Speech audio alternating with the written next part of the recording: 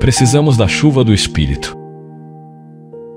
Este áudio é reprodução de leituras e reflexões diárias matinais de textos de Ellen White, feitas pelo pastor Carlos Alvarenga por videoconferência, através do aplicativo Zoom e transmitidas ao vivo pelo canal Conexões de Esperança no YouTube.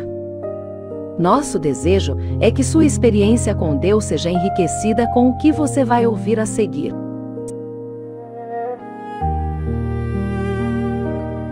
Hoje, as nossas considerações estão baseadas no capítulo 13 do livro Eventos Finais. Neste capítulo, nós damos assim: no Oriente, a chuva temporã cai no tempo da semeadura. Ela é necessária para que a semente possa germinar.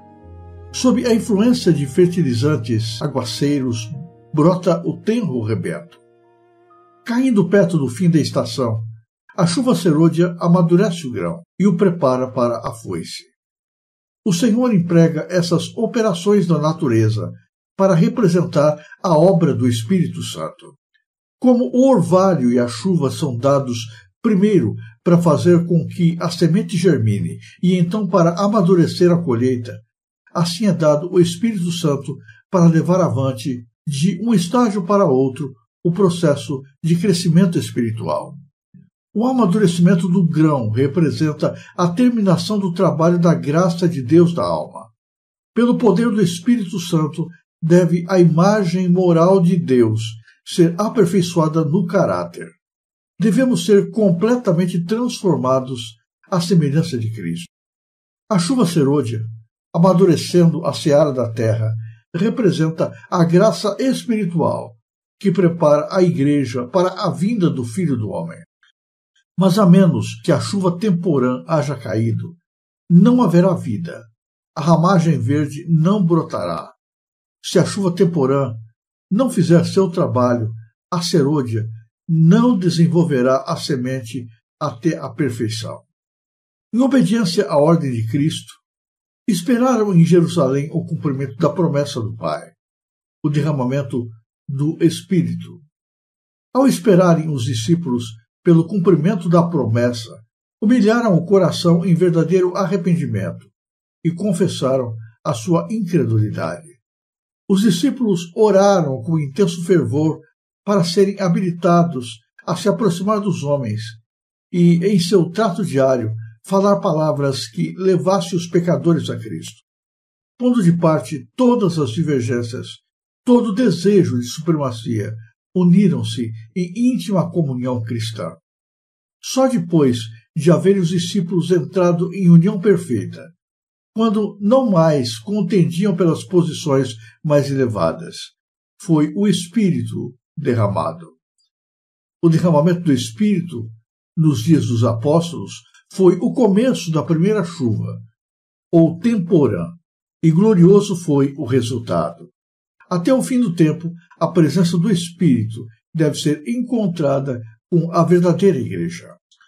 Sob a influência do Espírito, palavras de penitência e confissão misturavam-se com cânticos de louvor por pecados perdoados.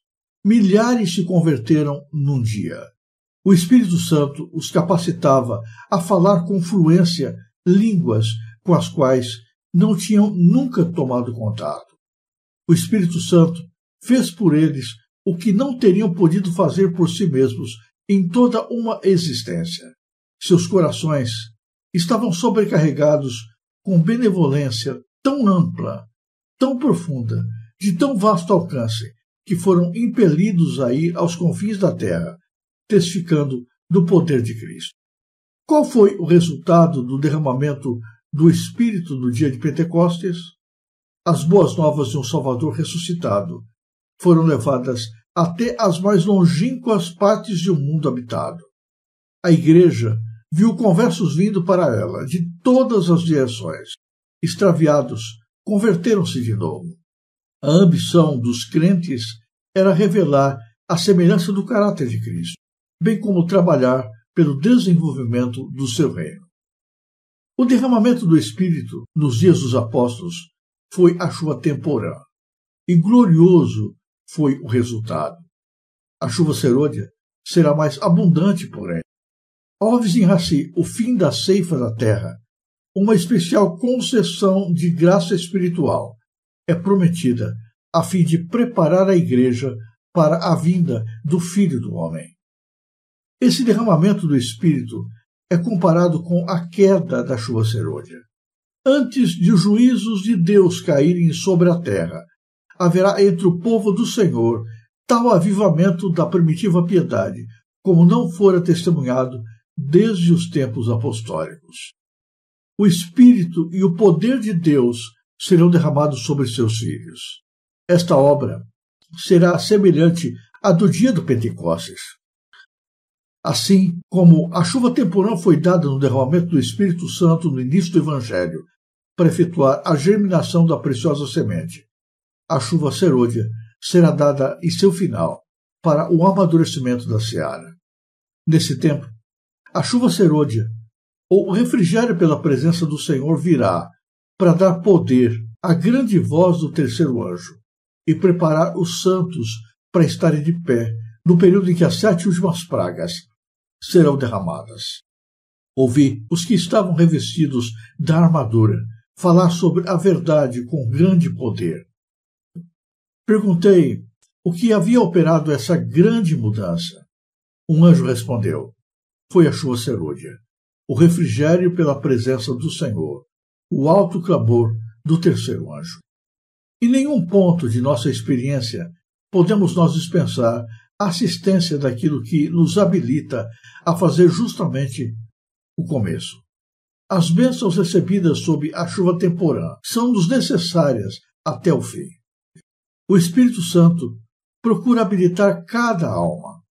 Caso seja ele bem-vindo como hóspede honrado, os que o receberem se tornarão completos em Cristo. A boa obra começada será terminada. Os pensamentos santos, as celestiais afeições e os atos semelhantes aos de Cristo tomarão o lugar dos pensamentos impuros, dos sentimentos perversos e dos atos obstinados. Podemos ter tido uma medida do Espírito de Deus, mas tanto pela oração como pela fé, devemos buscar continuamente mais do Espírito. Se não progredirmos, se não nos colocarmos na atitude em que tanto possamos receber a chuva temporã como a serôdia, perderemos a nossa alma e a responsabilidade jazerá à nossa porta. Todas as ocasiões em que há trabalho pessoal em favor das almas são oportunidades determinadas por Deus para dar tanto a chuva temporã como a serôdia. Quando o caminho estiver preparado para o Espírito de Deus, a bênção virá. Satanás não pode impedir uma chuva de bênção de cair sobre o povo de Deus. Devemos orar tão fervorosamente pela descida do Espírito Santo, como os discípulos oraram no dia do Pentecostes. Se eles precisaram disso naquele tempo, nós hoje mais ainda. A descida do Espírito Santo sobre a Igreja é olhada como estando no futuro. É, porém, o nosso privilégio recebê-la agora. Buscai-a, orai por ela, crede nela. Precisamos tê-la, e o céu espera para concedê-la. A medida do Espírito Santo que recebemos será proporcional à intensidade do nosso desejo. Não estamos suficientemente dispostos a importunar o Senhor com nossas petições e a suplicar-lhe o dom do Espírito Santo. O Senhor deseja que apresentemos com insistência as nossas petições ao trono. Um reavivamento da verdadeira piedade entre nós. Eis a maior e a mais urgente de todas as nossas necessidades. Importa haver diligente esforço para obter a bênção do Senhor, não porque Deus não esteja disposto a outorgá-la, mas porque nos encontramos carecidos de preparo para recebê-la. Nosso Pai Celeste está mais disposto a dar o seu Espírito Santo àqueles que lhe o pedirem do que os pais terrenos o estão a dar boas dádivas a seus filhos. Cumpre-nos, porém, mediante confissão, humilhação, arrependimento e fervente oração, cumprir as condições estipuladas por Deus em sua promessa para conceder-nos as suas bênçãos. Só podemos esperar um reavivamento como resposta à oração. Digo-vos que deve haver entre nós um reavivamento completo. Muitos que estão pregando necessitam da graça transformadora de Cristo no coração. Precisa haver um reavivamento e uma reforma. Reavivamento e reforma são duas coisas diversas. Reavivamento significa renovação da vida espiritual, um avivamento da faculdade da mente e do coração, uma ressurreição da morte espiritual. Reforma significa uma reorganização, uma mudança nas nossas ideias e teorias, hábitos e práticas. A reforma não trará o bom fruto da justiça, a menos que esteja ligado com o reavivamento do Espírito. Reavivamento e reforma devem efetuar a obra que lhes é designada. Embora estejamos aguardando a vinda de Jesus há tanto tempo, a verdade é que não estamos preparados para recebê-lo. Não estamos ainda amadurecidos, o nosso caráter ainda não está transformado à imagem e semelhança do de Jesus. Há uma obra imensa a ser feita no mundo para que Cristo venha e nos resgate para o seu reino de glória. Nós não temos, como indivíduos e como igreja, em nós mesmos, o poder, a capacidade, a força para realizar essa tremenda obra que precisa efetuar-se. Se o Espírito de Deus não for derramado, se o poder do Senhor não nos capacitar, nós não estaremos aptos para concluir a missão e para guardar Jesus prontos para a vida eterna. Por isso, a promessa de Deus é que o tempo de graça não terminará sem algo fantástico, sem o derramamento sem medida do poder de Deus sobre a terra, habilitando a igreja a concluir aquilo que foi iniciado.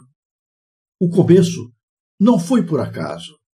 O começo só tornou-se eficaz e poderoso porque Deus derramou seu Espírito. No dia do Pentecostes, o Espírito Santo desceu sobre os discípulos. Aqueles homens que eram iletrados, falhos, que contendiam por coisas tão secundárias e banais, agora, reunidos buscando o poder de Deus, foram transformados, foram cheios pela graça celestial e, dotados do poder do Espírito, saíram para influenciar o mundo.